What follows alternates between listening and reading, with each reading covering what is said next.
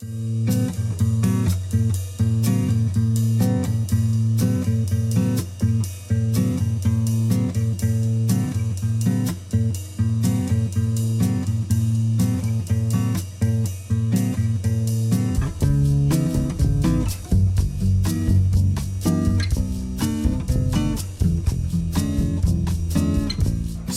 my name is Michael Kuhn. I'm an associate professor in the economics department here at the University of Oregon.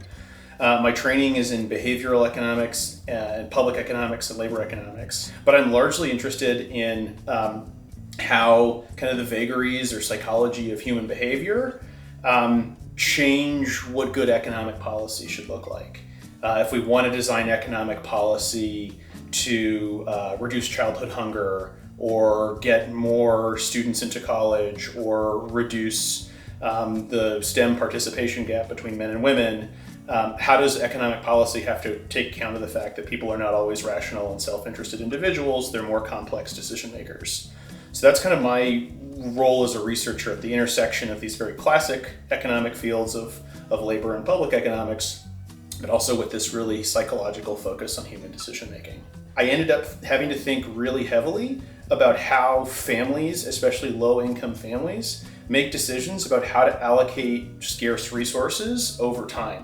And so I got really into this idea that if I'm the government and I want my food stamps to last an entire month, it actually really matters whether those food stamps are going to households with all women decision makers or all men decision makers. But I've started doing work now on why men and women choose different college majors. And this is kind of a new branch of my work and something I'm really excited about and is super motivated by Claudia Goldin's work. Claudia Goldin has a paper that's about, I think, 9 or 10 years old at this point called the last chapter, The Grand Convergence of the Gender Wage Gap or something like that. And what she's thinking about is we've made so much progress, but there's a very stubborn sort of remaining gender wage gap, that glass ceiling that it seems like no amount of professional advancement or equality in college attendance rates seems to close. Why is it still there? And she hypothesizes what does have to change. Why that paper was really inspiring to us is because what it does highlight is that one of the biggest determinants of the gender wage gap that you're exposed to is what you choose to major in college. Because that then determines whether you're going to go down the path into one of these careers that features a really rigid wage and flexibility structure, or whether you're going to go down the path into something that is more permissive of flexibility and you're not going to experience a wage penalty. What do we take away from this? We're really interested in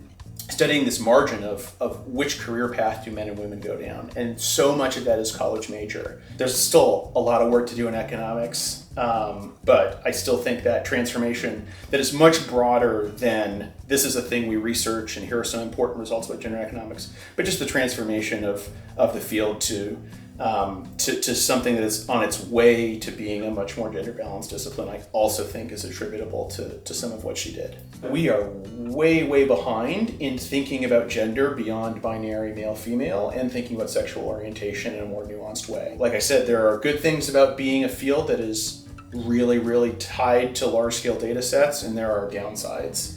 I have no doubt that will change, but we are a super slow discipline. All the research on gender that's going on in economics is very close to tied to, okay, how is this helping us move the needle on equal opportunities in different types of professions, or getting away from discriminatory modes of evaluation. All the questions we're asking are really being asked with an eye to the resulting policy question of what does this mean for getting to a place where women really do have equal opportunity in the economy. I'm thinking in the back of my mind too about Claudia Goldin, the transformation she's caused in economics, and then to think about the establishment of CSWS in the 1970s amid that same academic backdrop. I know fields are different, but that's a time in economics where, like I said, the way that we're doing research is by getting data dropping to women and figuring out what happens.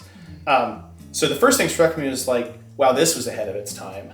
I was really fascinated to read about the history of the organization. But we have so many graduate students that really are interested in this stuff and would thrive, I think, in that kind of environment, getting feedback from outside of the discipline.